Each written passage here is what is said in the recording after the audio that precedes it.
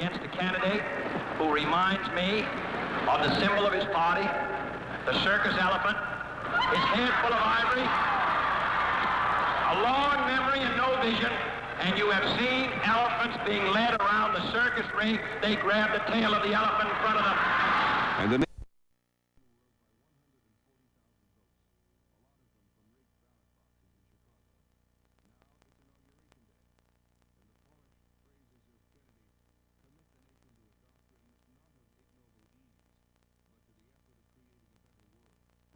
I, John Fitzgerald Kennedy, do solemnly swear that you will faithfully execute the office of President of the United States. that I will faithfully execute the office of President of the United States And will, to the best of your ability, and will, to the best of my ability, preserve, protect, and defend the Constitution of the United States. preserve, protect, and defend the Constitution of the United States. So help you God. So help me God.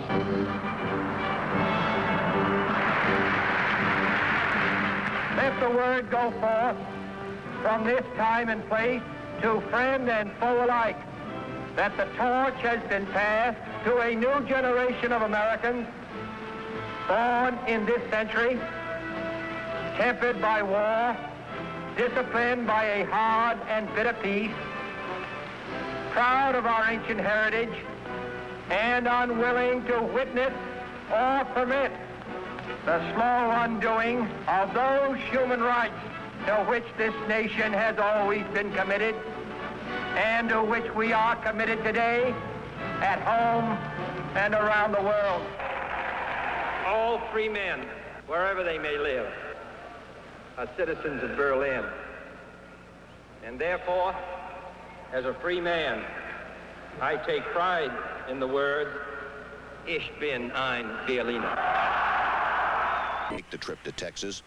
There he had hoped to reconcile differences between two factions of the state's Democratic Party, as well as drum up political support in a state that he had barely carried back in 1960. Kennedy, in fact, had felt the visit to be so crucial to his re-election chances that he persuaded his wife, Jacqueline, to accompany him.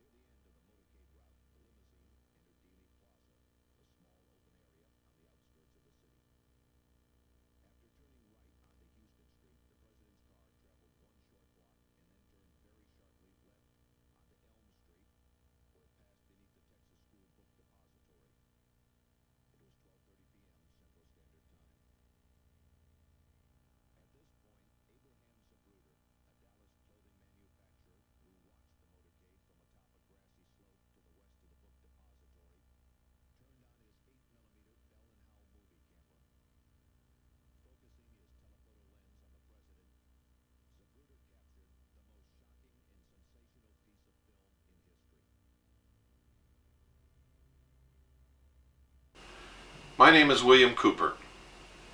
Between the years 1970 and 1973, I served on the intelligence briefing team of the Commander-in-Chief of the United States Pacific Fleet, who at that time was Admiral Bernard Clarey. I was attached to the Office of Naval Intelligence. I had a top secret, Q, sensitive compartmentalized information, security clearance, and actually had access and the need to know almost everything that the Admiral himself, the members of his staff, and many high-level government officials. It was during this time that during the routine course of my duties, top-secret documents crossed my desk that I was able to read that outlined everything that really and truthfully happened, according to those documents, in Dallas on November the 22nd, 1963, when President John F. Kennedy was assassinated. According to these top-secret documents, the intelligence community and the national security apparatus considered John F. Kennedy to be a threat to the national security. It did not explain what this meant. It stated also that he had ordered the security establishment to prepare a plan to reveal to the American people within the following year the truth about unidentified flying objects. It also stated that he had ordered the intelligence community and the CIA specifically to cease importing and selling illegal narcotics, drugs, to the American people in order to finance their black projects. Now we know that he had ordered also the printing of real money, again, silver certificates, backed by real silver money. And we also know that that would have broken the back of the Federal Reserve. He had also threatened publicly to disband the Central Intelligence Agency and scatter it to the thousand winds. We know that he had refused to provide air support for the invasion of the Bay of Pigs. A lot of people were really angry and upset with John F. Kennedy. It's stated in those documents that the assassination pistol used was prepared, manufactured specifically by the Central Intelligence Agency for assassinations. It was electrically operated, gas-powered, and could either fire a poison dart, a small hypodermic needle, or an exploding pellet which could contain any one of several deadly poisons. These documents stated that William Greer, the driver of the president's car, a Secret Service agent, and ex-chauffeur of the Lodge family, turned in his seat and fired with this assassination pistol at point-blank range at the president's head, an exploding pellet filled with shellfish toxin, which really killed our president. President Kennedy's brain was missing. Another was substituted in its place, which showed little or no damage at all. Completely opposite of what the doctors at Parkland Hospital described. The documents that I read said that President Kennedy's body was taken out of the casket on the plane and actually arrived at Bethesda Naval Hospital a full 30 minutes before the empty casket that the public television cameras and Mrs. Kennedy accompanied. It stated that when the autopsy was performed, they found that the brain had already been severed at the spinal cord and showed little or no damage whatsoever. This has since been confirmed by independent investigators other than me. But I can prove that as far back as 1972, I told all of these details to several other people, one of whom I have disclosed publicly already. In this film you're going to see, this film narrated by a man named Lars Hansen, the film that he claims that he prepared and discovered. We really haven't gotten to the bottom of that yet. You're going to see this act, but this is a poor film. Watch closely. Keep your eyes on the driver.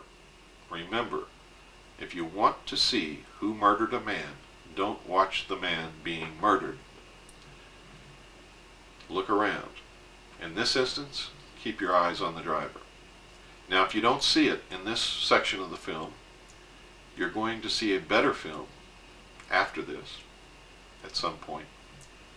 And then, before this video is over, you're going to see the most crystal clear, most beautiful copy of the Zapruder film you've ever seen in your life.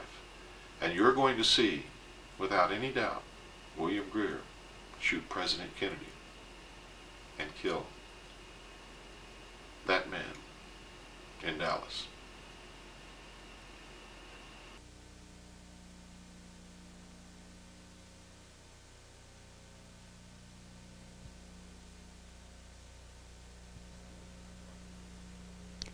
Nearly 25 years ago, the people of the United States and the world were shattered by the impact of an assassin's bullets upon the helpless, unsuspecting young President of the United States, John Fitzgerald Kennedy.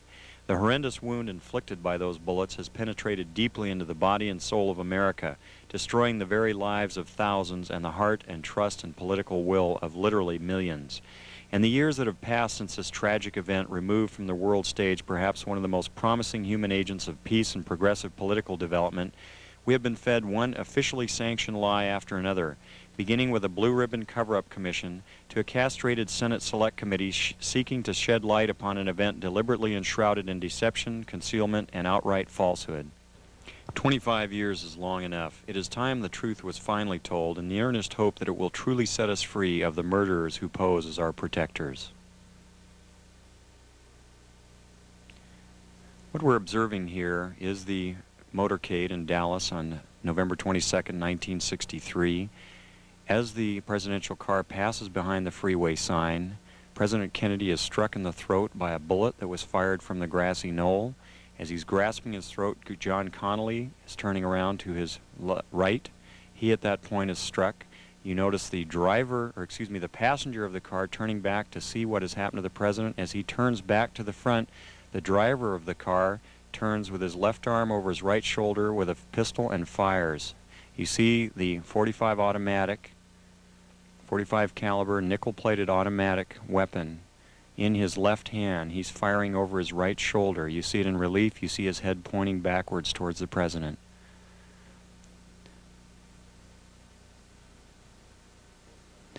In this enhanced close-up, you see the impact of the bullet upon the president. The force of the shot drives him violently backward against the back of the seat. You see Mrs. Kennedy react in horror. The ugly gaping wound, which is evident here, according to many observers at the scene, was actually created on the print. This was not the actual nature of the wound. But you notice that Mrs. Kennedy wasted no time in trying to exit the vehicle because she clearly was able to determine exactly where that shot had originated, and it was her personal bodyguard, Clint Hill, another Secret Service agent, who attempted to keep her in. What the arrow is indicating here is what appears to be the outline of a man, a hat, and his rifle. The arrow is pointing to the rifle barrel of the man in the bushes who possibly was the rifleman on the grassy knoll who fired that shot. Another view taken by another photographer. Again, you see Mrs. Kennedy trying to exit the vehicle from behind, being pushed back in by her bodyguard. Number of witnesses on the scene rushing towards the vehicle.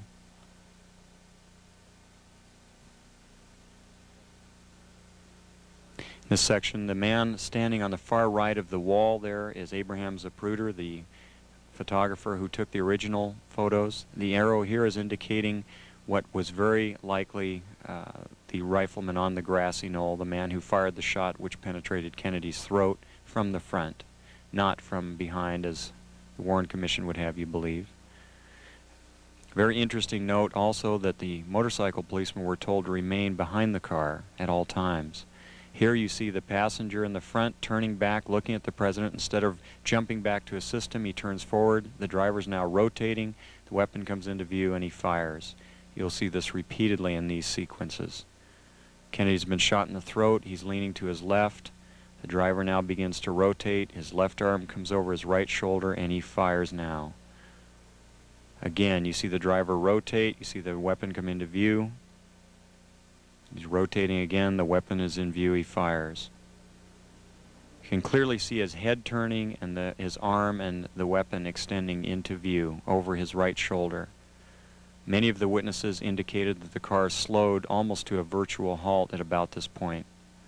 And here in the normal version you see how much more quickly it is speeded up. It's much harder to determine.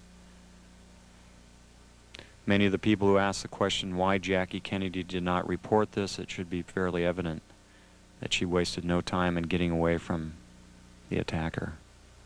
For those of you who were able to see it the first time out, pretty shocking, wasn't it? I bet it changes your mind about a lot of things. And if you still have any doubts, keep watching.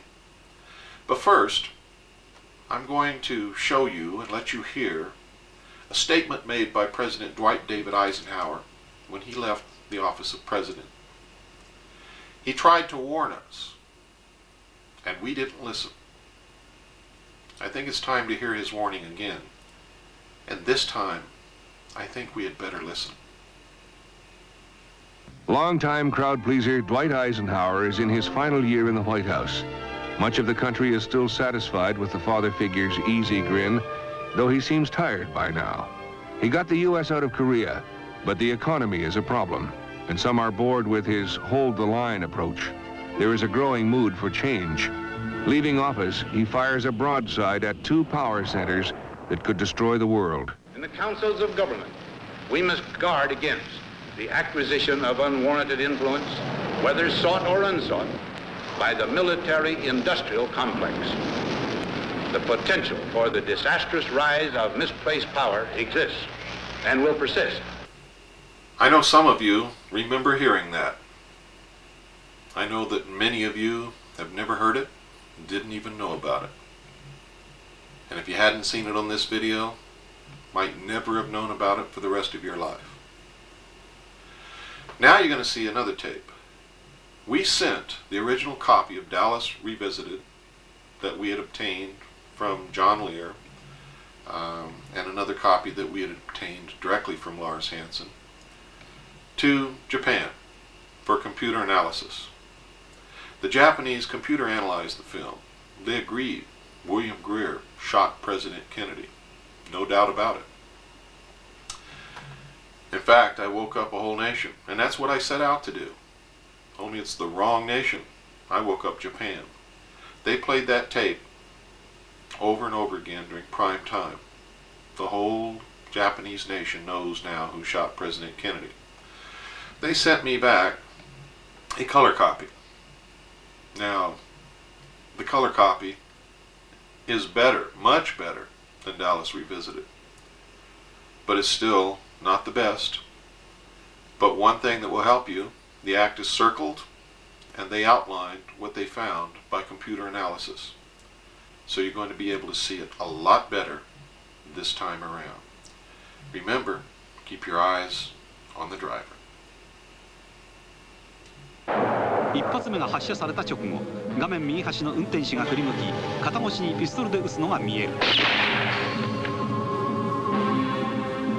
画面の右端に見える運転手の動作に注意するとわかる。ハンドルを握った右腕越しに左手でピストルを突き出している。もう一度見てみよう。間もなく運転手の頭が後ろを振り向くと同時に肩のところに白く光るピストルが出てくるのが見える。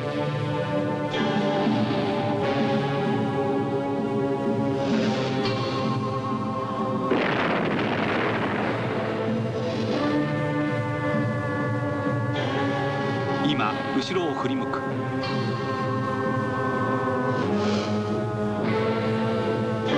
同じシーンを何度か繰り返してみるとよくわかる。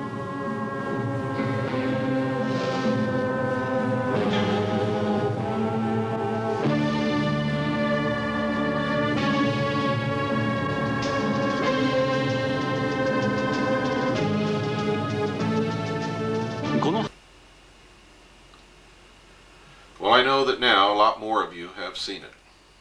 A lot more than saw it when you watched the original black and white Dallas Revisited at the beginning of this videotape. And I bet there's some wet eyes out there. You've probably gone into the Kleenex box or into your pocket for a handkerchief. Don't be ashamed and don't be embarrassed. It never fails to bring a lump up in my throat. And for the first couple of years that I showed these tapes, I had tears in my eyes too. It's a very emotional experience. I've been trying to wake up America for 4 years. I'm making some progress, not enough. A lot of people have severely criticized me because I didn't have evidence about the gun and I didn't have evidence about the shellfish toxin. fact, people told me that the CIA had never engaged in assassinations. If they had just been aware of the House Select Committee on Assassinations, which investigated this very subject and this very assassination in 1976, they would know that that's not true. For it's in the archives of the film of those hearings that we find reference to the gun, photographs of the gun, film of the gun, reference to the shellfish toxin, but still no proof of the toxin.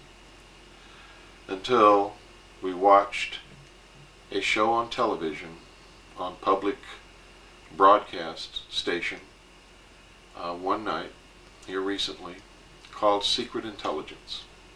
And in that film, it showed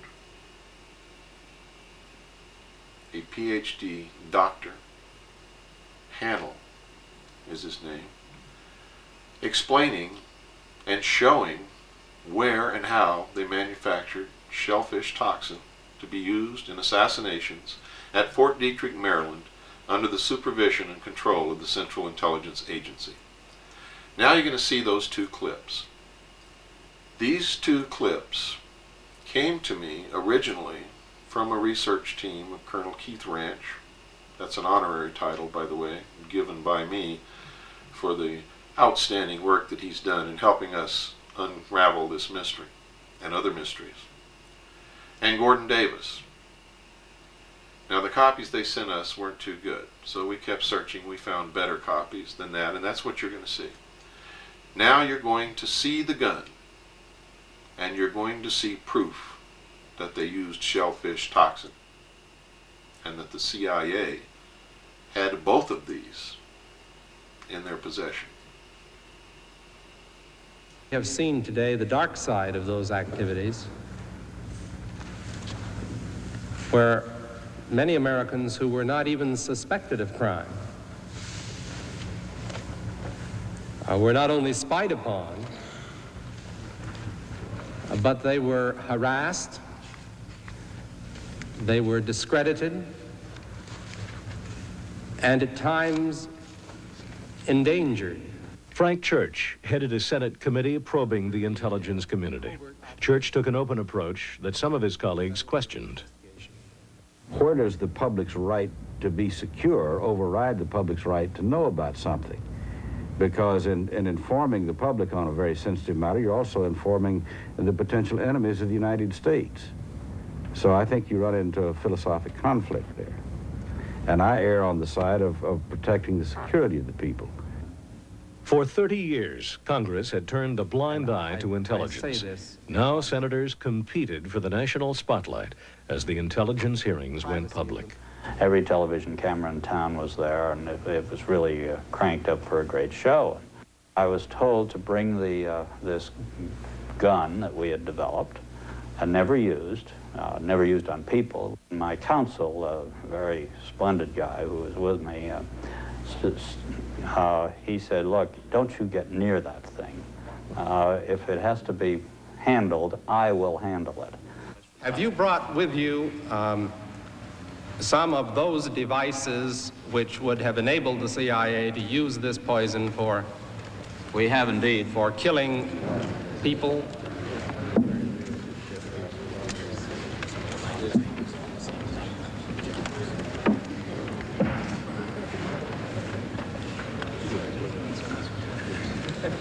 Don't point it at me.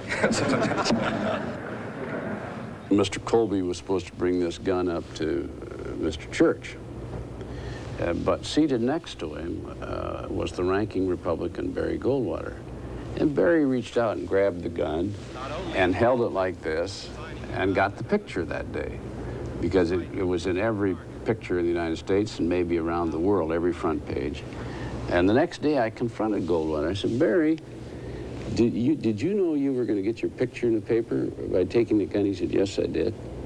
And I said, you took the gun away from the chairman? He said, I know I did. I said, where'd you learn that trick from? He said, Hubert Humphrey.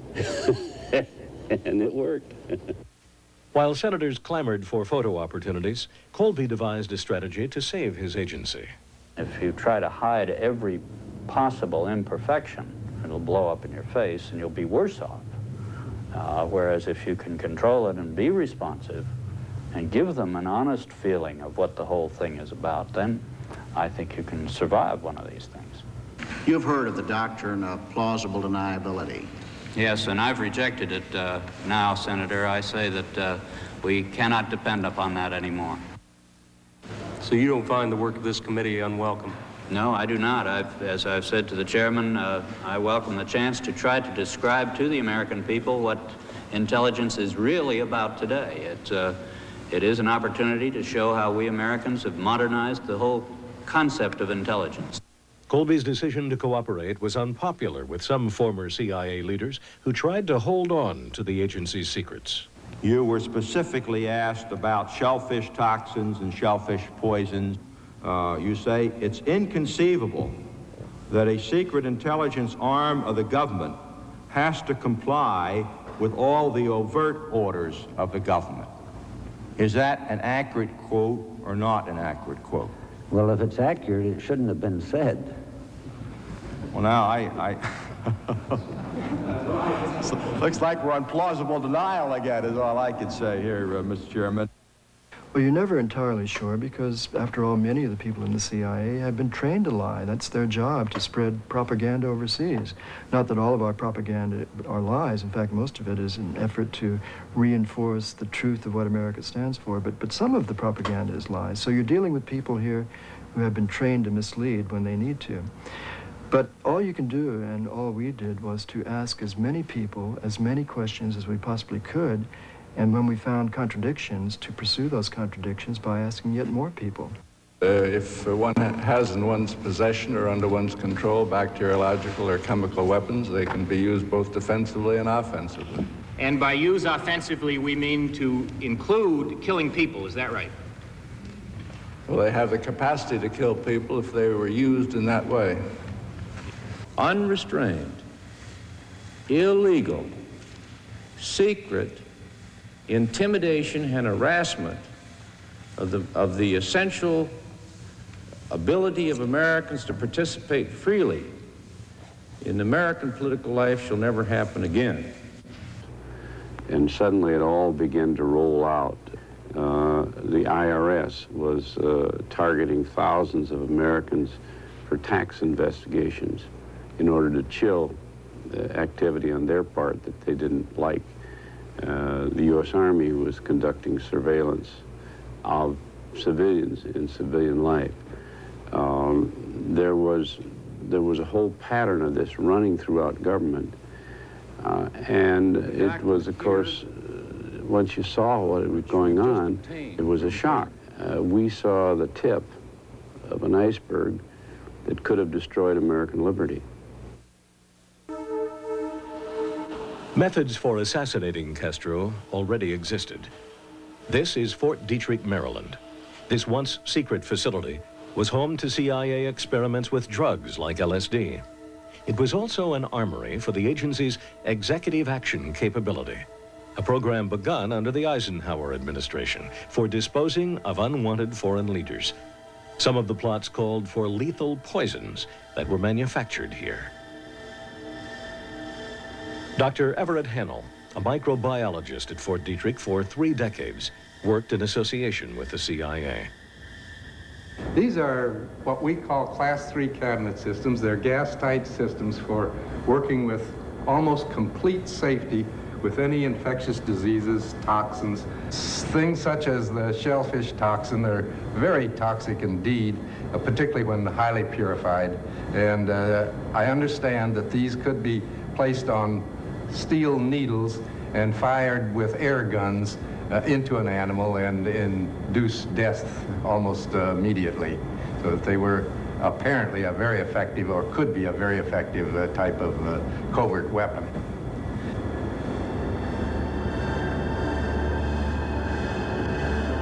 But the real targets of these deadly drugs were not animals.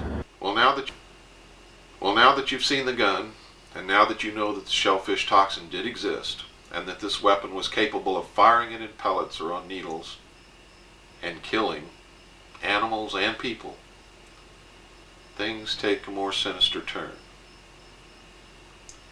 Bill Cooper's not quite as crazy as everyone thought he was in the beginning.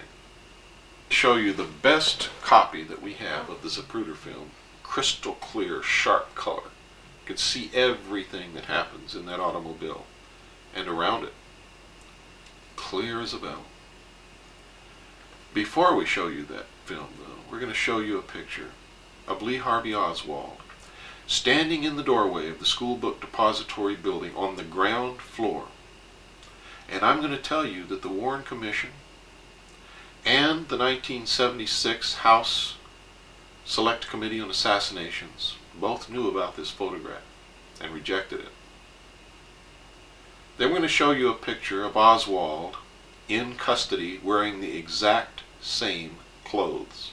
Exactly. No difference whatsoever. Now, because there are some out there who claim that the man standing in the doorway was a man named Lovelace or Lovelady, we did body measurement proportion comparison analysis between the man in the doorway and Lee Harvey Oswald in captivity. There is no doubt whatsoever, ladies and gentlemen, that the man in the doorway is Lee Harvey Oswald. Examine the photographs and you judge for yourself.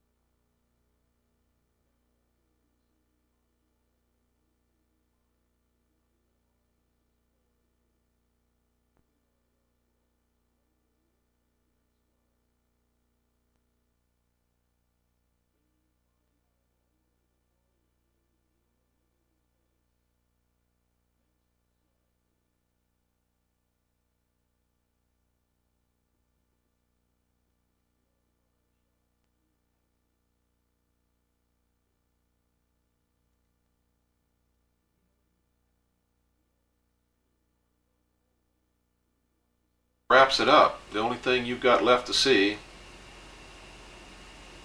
is the crystal clear, sharp, beautiful color copy of the Zapruder film that I'm now going to show you. It's going to knock your socks off, and it's going to prove to you once and for all that William Greer did shoot President Kennedy in Dallas. And for those of you who always thought that the weapon was a reflection of the sun on Agent Kellerman's head, I want you to notice that in this film, the barrel of the gun sticks out past the back of Kellerman's head by at least 2, maybe 3 inches. There is no doubt it is not a reflection. It is a weapon. William Greer did shoot the president. You can see him bring that weapon up across his chest, turn completely around in the seat, and fire at point-blank range as he's facing directly at the president. Then you can see him bring that weapon back down across his chest. You'll see him hump down, grab the steering wheel, as Agent Kellerman humps down also. And then and only then does the car speed out of the kill zone. You must understand when you watch this film, ladies and gentlemen, that these are trained Secret Service agents. The only people in that car who did what they were supposed to do was Governor and Mrs. Connolly. They got down on the floor. The driver of the car was not supposed to turn around, nor was he supposed to draw a weapon. He was supposed to get that car out of the kill zone as quickly and as efficiently as possible. The agent in the front seat was supposed to draw his gun, attempt to discover the assassins, and return fire. Neither one of those 2 men did what they were trained to do.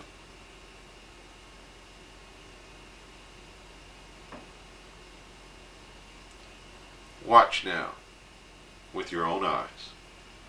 And remember, if you think that William Greer drew a pistol and turned around and pointed at the president because he heard shots, you also have to understand that it's the job of any other Secret Service man who sees anyone pointing a pistol at the president to shoot him on the spot.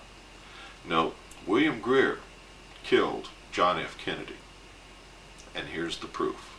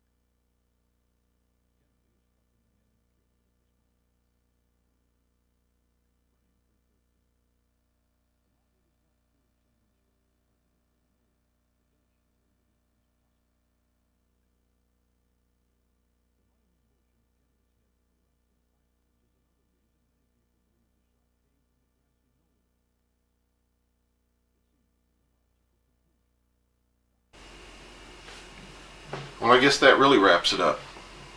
I hope that I have stirred you deeply. I hope that you're upset. I hope that you want answers. I hope that you send a copy of this videotape to your senators, to your congressmen, to the Supreme Court judges, to the Attorney General of the United States, to anyone else that you can think of. Please, do it. And remember, don't get sidetracked by the Asian tour of the secret government. Remember, Robert Groden, who has a bestseller out on the Kennedy assassination, and who's now trying to tell you that Kennedy was hit simultaneously from the front and the back, is one of those Asian tour. He is the man who, with false credentials, that he was the #1 best independent photo interpretation expert in the world, was hired by the House Select Committee on Assassinations in 1976 to view the Zapruder film and tell the committee what it contained. He blatantly lied to Congress when he said that William Greer never took his hands off the wheel. Remember that. And remember this: Robert Groden is not a photo analyst, has never been a photo analyst, has never been to school on any type of photography whatsoever, has no photographic credentials at all. His resume is a complete and total lie. Wake up before you're destroyed. The New World Order is right around the corner, and the men that killed John F. Kennedy are the architects of the New World Order. Goodbye. I hope that I've educated you. Please don't believe anything that I've said. Believe your own gut, your own eyes, your own research. And God bless you.